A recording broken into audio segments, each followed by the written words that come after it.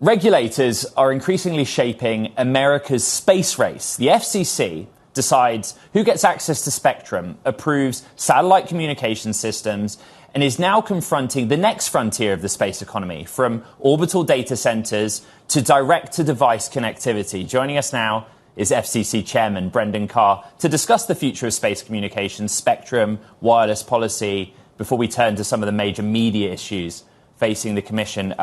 Chairman Carr, thank you so much for being back on Bloomberg Tech. Should we start with maybe the more nascent area of SpaceX's business plan, which is orbital data center?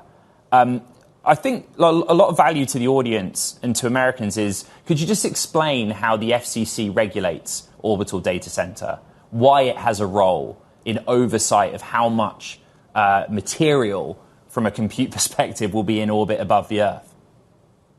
Yeah, it's a good question. So at the FCC and frankly, all across the Trump administration, we're focused on two things. One, we want to make sure that consumers are right away feeling a difference in their life. And right now we're seeing that on the connectivity front with speeds are up, prices are down, competition is intensifying. But the second piece goes to your question, which is what are the fundamental regulatory changes we can do that are going to pay off for consumers in the long run? And a lot of that has to do with the emerging space economy. To your point, we're seeing many, many more things go into orbit, whether it's all of this new generation of low Earth orbit satellites or data centers. And so the FCC has a role to play, one, to make sure that everyone has the spectrum access they need in order to launch those. But even things like orbital debris end up hanging off of a lot of the FCC's authorizations. Right. And of course, that's in conjunction with a broader group of regulators as well.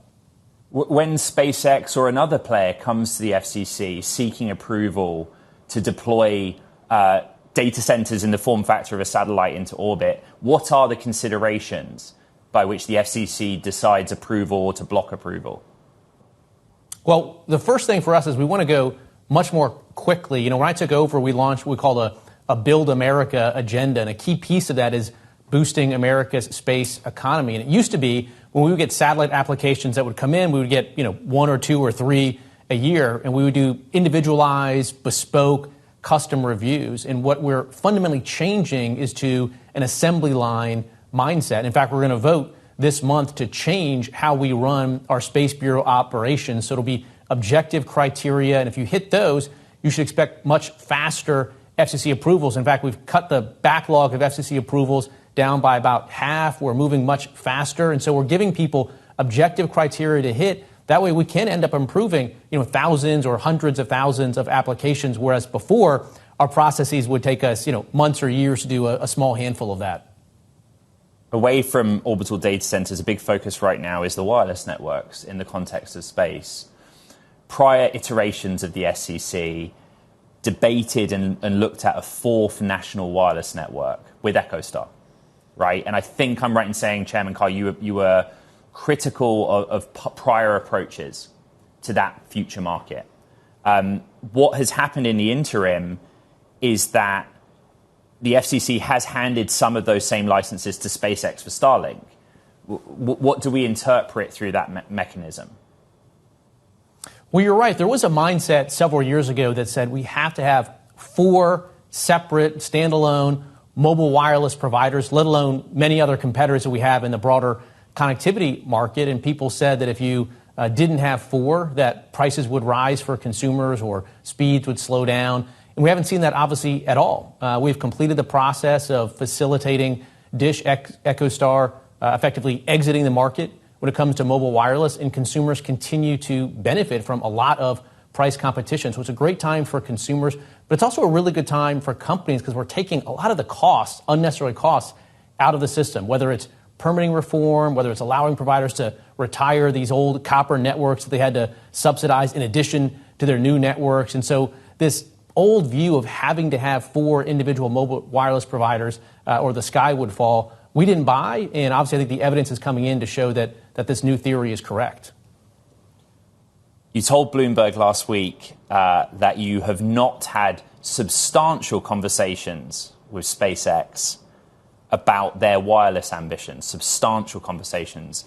So Chairman Carr just asked if you had any conversations of any degree of substance with SpaceX about it. No, I don't think I've had any of much. I guess if I hadn't used substantial, maybe I would have avoided the follow-on question.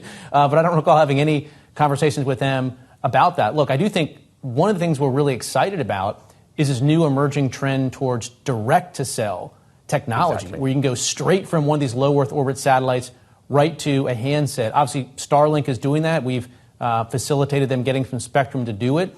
But also, Amazon is looking to do it. AST Space Mobile is looking to do it. So we want every single competitor in this sector to do well.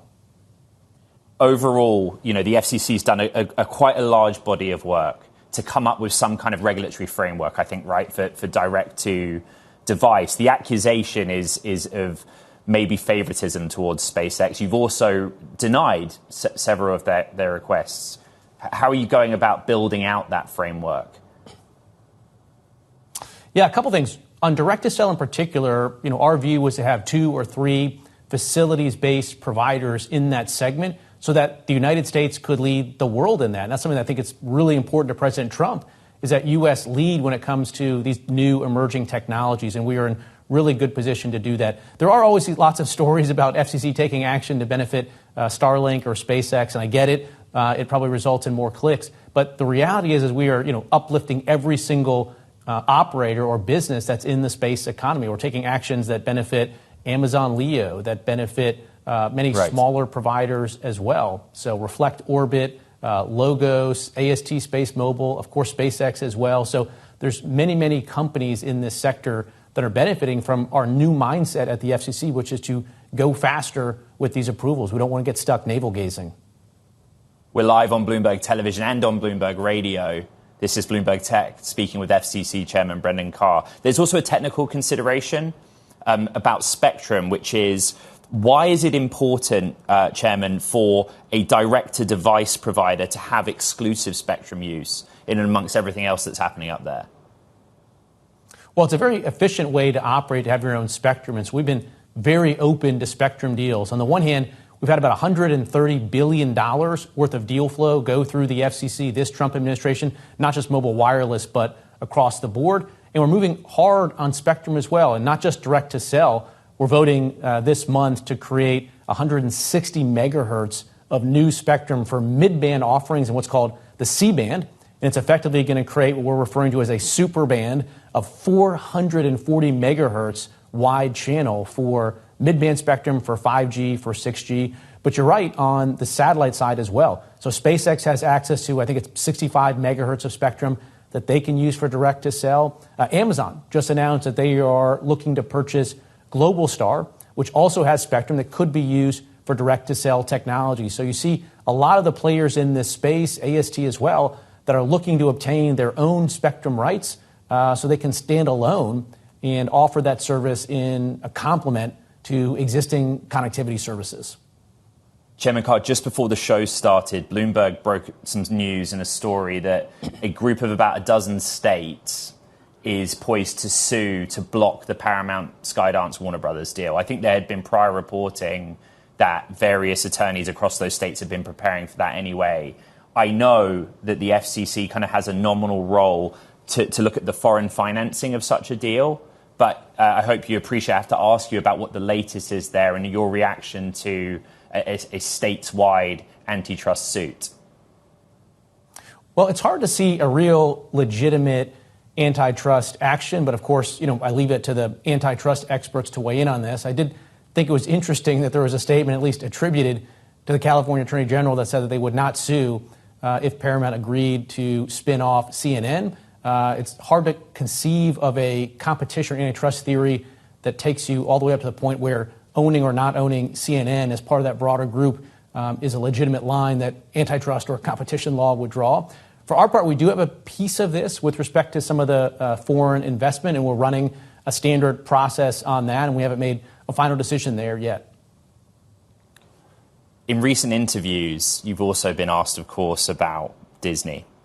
And you've said that you've not made a decision on whether to pull Disney's broadcast licenses over various diversity and inclusion practices. Again, remind us of the FCC's remit in that area, but what it would take for you to look at a potential action. Yeah, with respect to Disney in particular, the FCC has three proceedings that are going on, or sort of three buckets of issues. One, starting all the way back in March of 2025, I wrote a letter to Disney leadership raising concerns about some of their practices, including what we call invidious forms of DEI discrimination, where there's potential evidence indicating that they may have been discriminating with respect to pay or compensation or workplace opportunities based on race, gender, or protected characteristics. There's a role for the FCC there. We have particular rules on EEO policies and discrimination. So we've been looking into that for quite a while. In fact, we've been doing some letters of inquiry, our versions of subpoena, and frankly, the view was that Disney was being disingenuous in the way it was responding to the FCC's inquiries. And so we took the next step in our enforcement abilities, which was we called in all of Disney's broadcast licenses for early renewal. So Disney has now applied, and they have to demonstrate that they've been operating in the public interest. There have been petitions to deny the renewal of those Disney stations. And so the FCC is looking at all of that very carefully right now. To your point, we've not made the final decision. But at this point, Disney is attempting to demonstrate that it should get those licenses renewed. And we'll ultimately see what the record shows. We also have obviously a separate issue going on with Disney right now with respect to The View and their claims of The View being a bona fide news program. But we have the DEI, the license renewal, and The View proceeding going. But more broadly, we're trying to hold all broadcasters accountable to their public interest standard. We have issued similar actions with respect to a number of other broadcasters. I think for years, people took the view that broadcast TV should be treated just like cable or a podcast or a newspaper, but that's not what the Communications Act and Congress said. And so we want to make sure that all broadcasters are, in fact, living up to their public interest obligations.